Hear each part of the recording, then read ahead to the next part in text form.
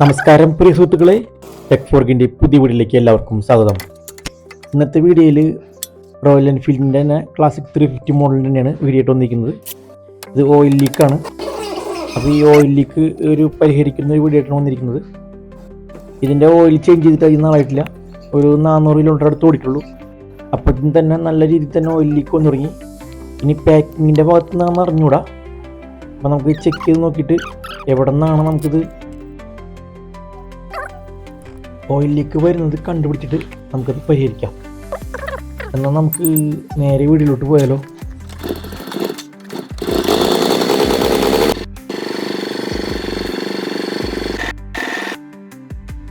വണ്ടി ഓടി വന്നിട്ട് കുറച്ച് നേരം വയ്ക്കുമ്പോഴത്തേനുണ്ടല്ലേ അത്യാവശ്യം ഓയിൽ ലീക്ക് ഉണ്ട്.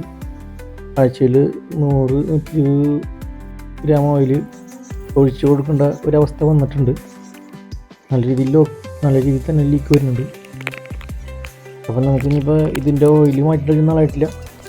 അപ്പോൾ അങ്ങനെ ഓയിൽ ഫിൽറ്റർ ഇപ്പോൾ തൽക്കാലം മാറുന്നില്ല, ഓയിൽ മാറ്റാണ്. കാർബറേറ്ററിൽ നിന്ന് പെട്രോൾ ലീക്ക് വരുന്നുണ്ട്. കംപ്ലൈൻ്റ് ആയിരുന്നു കാർബറേറ്റർ മാറ്റി. അപ്പോൾ കാർബറേറ്ററിൻ്റെ ആ ലീക്ക് നേരെ നമ്മൾ ഹെഡ് വഴി പെട്രോളിൽ എന്തെങ്കിലും മിക്സ് ആയിട്ടുണ്ടാവും. അപ്പോൾ പെട്രോളായിട്ട് ഓയിൽ മിക്സ് ചെയ്തത് കാരണം ഓയിൽ ചേഞ്ച് ചെയ്യണം. വേറെ വഴിയില്ല. ഇനി അധികം ഓടിക്കഴിഞ്ഞാൽ ചിലപ്പോൾ എഞ്ചിന് പണി കിട്ടാൻ ചാൻസ് ഉണ്ട്. അതുകൊണ്ട് നമുക്ക് ഇപ്പോൾ ഓയിൽ മാറ്റാണ്. ഓയിൽ ഫിൽറ്റർ മാറ്റുന്നില്ല, ഓയിൽ മാറ്റാണ്. ഇപ്പം നമുക്ക് ആർച്ച് കവർ അയക്കണമെങ്കിൽ കിക്കർ അയച്ചു മാറ്റണം, ട്രസ്റ്റ് അയച്ചു മാറ്റണം, അതുപോലെ തന്നെ സൈലൻസർ അയച്ചു മാറ്റണം. എന്നാലും നമുക്കിത് തടസ്സമില്ലാണ്ട് ഊരെടുക്കാൻ പറ്റുള്ളൂ ആർച്ച് കവർ. അപ്പോൾ അത് കിക്കർ 13 അയച്ച് 13 റിംഗ് സ്പാൻഡ് ഇട്ട് അയച്ചു മാറ്റി. അതുപോലെ 13 ടീ സ്പാൻഡ് ഇട്ടിട്ട് സൈലൻസർ അയച്ചു മാറ്റണം. ഇതൊക്കെ അയച്ചു മാറ്റിയാൽ തടസ്സമില്ലാണ്ട് നമുക്ക് ആർച്ച് കവർ ഊരെടുക്കാൻ പറ്റുള്ളൂ.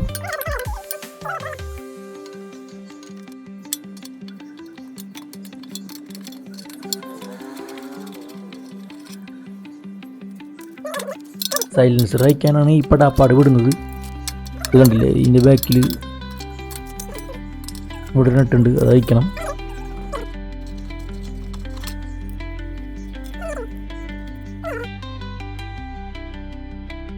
അങ്ങനെ സൈലൻസർ അയച്ചു മാറ്റാൻ കുറച്ച് സമയം എടുത്ത് അങ്ങനെ സൈലൻസർ അയച്ചു മാറ്റി ഒരു ഭാഗത്ത് പോസ്റ്റാക്കി വെച്ചിട്ടുണ്ട്. ഇനി അടുത്ത് ആർച്ച് കവർ അയക്കണം. അതിന് മുമ്പ് നമ്മൾ എഞ്ചിൻ്റെ കണക്ഷൻ ഒന്ന് ഇടിക്കണം. അങ്ങനെ 8 ബോക്സ് പാൻഡ് എടുത്തിട്ട് നമുക്ക് ഈ ആർച്ച് കവർ അയക്കാം. വീഡിയോയിൽ ആർച്ച് കവർ സിമ്പിളായി അയച്ചെടുത്തു, പക്ഷേ അത് പതുക്കെ ഇളക്കിയാണ് അയച്ചെടുത്തത്. അതിനുശേഷം നമുക്ക് ഈ ചെയിൻ സ്പോക്കറ്റിൻ്റെ ഈ 46-ൻ്റെ നെറ്റ് അയച്ചെടുക്കണം. അതിനൊക്കെ ഒരു ബോക്സ് പാൻഡർ ഉണ്ട് ശരിക്കും, പക്ഷെ നമ്മളിവിടെ ഉപയോഗിച്ചിരിക്കുന്നത് ചെറിയ സ്ക്രൂ ഡ്രൈവർ എടുത്തിട്ടാണ്.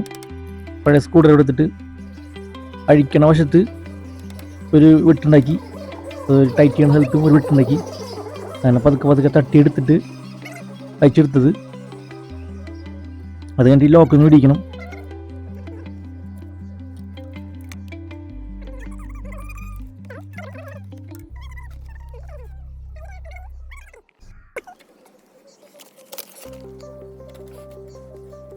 അങ്ങനെ ചെയിൻ പോക്കറ്റ് അങ്ങനെ ഊരെടുത്തിട്ടുണ്ട്, ചെയിനും ഊരെടുത്തിട്ടുണ്ട്.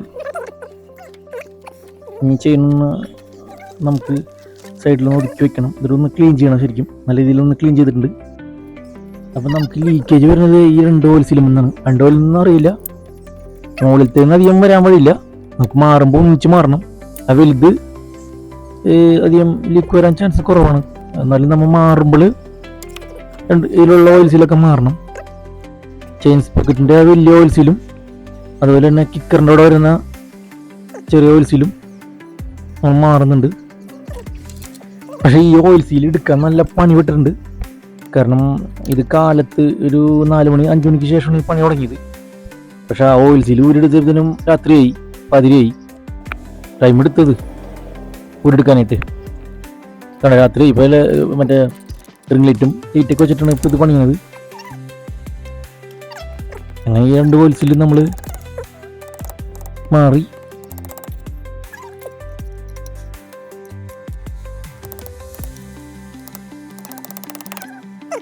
ശരിക്കും അകത്തോട്ട് കയറിയിരിക്കണം. അതിനൊന്ന് പതുക്കെ തട്ടി റെഡിയാക്കിയത്.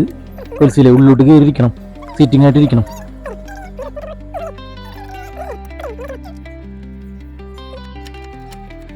ഇടാൻ എളുപ്പമായിരുന്നു ഓയിൽ സീല്, പക്ഷെ ഇത് ഊരെടുക്കാൻ ഭയങ്കര പണി വിട്ട് 1-2 മണിക്കൂറുകൾ എടുത്ത്. അപ്പോൾ ഓയിൽ സീലൊക്കെ മാറി നമ്മളിത് ചെയിൻ സ്പോക്കറ്റ് സെറ്റ് ചെയ്ത് ചെയിൻ ലോക്ക് ഇട്ട് 46-ൻ്റെ നെറ്റ് ടൈറ്റ് ചെയ്യണം. നേരത്തെ ചെയ്ത മാതിരി തന്നെ. അതിനുശേഷം ലോക്ക് നമുക്ക് ഒരു പഞ്ച് ചെയ്ത് വെക്കണം.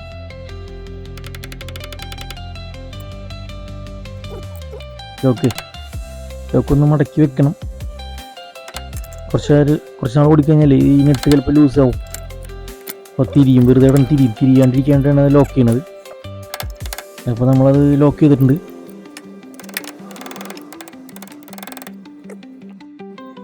ഇനി അടുത്തെന്ന് വെച്ചാൽ ആർച്ച് കവറിൻ്റെ പാക്കിങ് ഇടണം. നമുക്ക് അതിന് മുന്നായിട്ട് ഒന്ന് ക്ലീൻ ചെയ്യണം. ഇത് പഴയ പാക്കിങ് ഒന്ന് ക്ലീൻ ചെയ്യണം. അതിനുശേഷം നമുക്ക് കിക്കറിനടുത്ത് ഒരു ഓയിൽ സീലുണ്ട്. ആ ഓയിൽ സീൽ മാറിക്കളയണം, വേറെ പുതിയതിട്ടാണ്. നല്ല രീതിയിൽ തന്നെ ക്ലീൻ ചെയ്തിട്ടാണ് ഇടാൻ കേട്ടോ. അല്പം ഗ്രീസൊക്കെ വെച്ചിട്ട് അടിച്ചു കൊടുത്താൽ മതി പതുക്കെ, സീറ്റിംഗ് ആയിക്കോളും. അതിനുശേഷം നമുക്ക് ആർച്ച് കവറിൻ്റെ പാക്കിങ് നമുക്ക് ഇടാം. പാക്കിങ് നമ്മൾ നല്ലോണം ക്ലീൻ ചെയ്യണം ഇവിടെയൊക്കെ, ഈ ഭാഗത്തൊക്കെ. അതിനുശേഷം നല്ല രീതിയിൽ ഗ്രീസൊക്കെ ഇട്ടിട്ട് നല്ല സീറ്റിംഗ് ആക്കാൻ വേണ്ടി ഗ്രീസ് ഇടണത്. ഗ്രീസൊക്കെ ഇട്ട് നമുക്ക് ഈ പാക്കിങ് ഇത് ഫിറ്റ് ചെയ്യാം. കറക്റ്റായിട്ട് നമ്മൾ വെക്കണം. ആ സ്ക്രൂ ഒക്കെ വരുന്നിടത്ത് പുറത്തോട്ട് ചാടാണ്ട് കറക്റ്റായിട്ട് വെക്കണം. ഫിറ്റിംഗ് ആക്കി കഴിഞ്ഞിട്ട് നമുക്ക് ഇതിൻ്റെ ബോൾട്ട് നമ്മൾ ഉള്ളിട്ട് വെക്കണം. എല്ലായിടത്തും ഫ്രീ ആയിട്ട് കയറണോ നോക്കണം ബോൾട്ട്. അല്ലെങ്കിൽ നമ്മൾ ആർച്ച് കവർ ഇടുമ്പോൾ ചിലപ്പോൾ തെന്നി നീങ്ങി ബൾജ് ചെയ്ത് ഒക്കെ വന്നു കഴിഞ്ഞാൽ പിന്നെ ഓയിലേക്ക് വീണ്ടും വരും. അപ്പോൾ നമ്മൾ നല്ല രീതിയിൽ ശ്രദ്ധിച്ചിട്ട് വേണം ചെയ്യാനായിട്ട്. ഞാൻ നല്ല രീതിയിൽ തന്നെ ശ്രദ്ധിച്ചിട്ടൊക്കെയാണ് ചെയ്യുന്നത്, മടങ്ങാണ്ടൊക്കെ നോക്കി. അതിനാണ് നമ്മൾ ഈ മെയിനായിട്ട് സൈലൻസറും അതൊക്കെ ഊരിടുക. അപ്പോൾ ഫ്രീ ആയിട്ട് നമുക്ക് ഇടാൻ പറ്റില്ല, അല്ലെങ്കിൽ അതിൻ്റെ ഇടയിൽ കൂടി ഇടാൻ ബുദ്ധിമുട്ടായിരിക്കും. അപ്പം നമ്മൾ അതിൻ്റെ എല്ലാ ബോൾട്ടൊക്കെ വെച്ച് നോക്കിയിട്ടാണ് ആർച്ച് കവർ സെറ്റ് ചെയ്യുന്നത്. അങ്ങനെ നമ്മൾ ആർച്ച് കവർ ഇതിൽ കറക്റ്റായിട്ട് ഇടാൻ കുറച്ച് പണിയായിരിക്കും കേട്ടോ. പതുക്കെ ഇങ്ങനെ ഇളക്കി ഇടണം, സെറ്റാക്കണം. അങ്ങനെ അത് ക്ലോസ് ആയി സെറ്റായിട്ടുണ്ട്.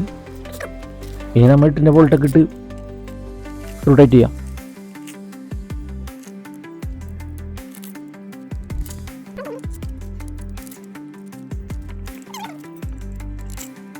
അതിനുശേഷം എഞ്ചിൻ്റെ കറണ്ട് കണക്ഷനില്ലേ, കോയിലും എന്നുള്ള കണക്ഷൻ നമുക്ക് കണക്ട് ചെയ്യാം. പഴയമാതിരി കണക്ട് ചെയ്ത് വയറൊക്കെ ഒതുക്കി വയ്ക്കുക.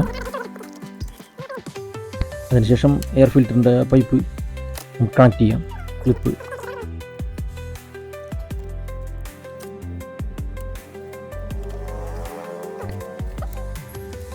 ഇനി ബാക്കിയുള്ള പണി എന്ന് പറഞ്ഞാൽ സൈലൻസർ മറ്റേതൊക്കെ ഫിറ്റ് ചെയ്യണം. അത് കാണിച്ചില്ല, നേരം ഒരുപാട് വൈകി. പിന്നെ ബാക്കിയുള്ള പണി വെളുപ്പിനെടുത്തത്, നേരം വെളുപ്പിന് ഓയിൽ ഒഴിക്കലൊക്കെ. ഓയിലിന് ഇട്ടിടുന്നൊക്കെ രാത്രി ഇട്ട് ഒരുപാട് സമയം വൈകി. ഇനി നമുക്ക് ഓയിൽ ഒഴിക്കാം.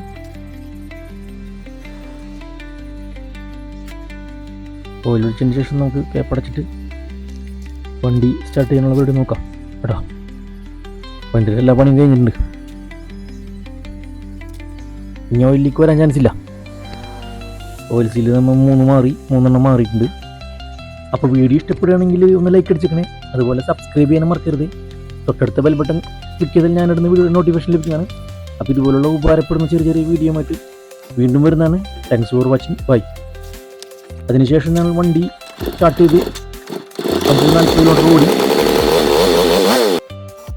ഇപ്പോൾ ഓയിൽ ലീക്കൊന്നുമില്ല, ഇത് മുമ്പ് ഓയിൽ ലീക്ക് ആയതാണ്. അപ്പോൾ താങ്ക്സ് ഫോർ വാച്ചിങ്. ബൈ.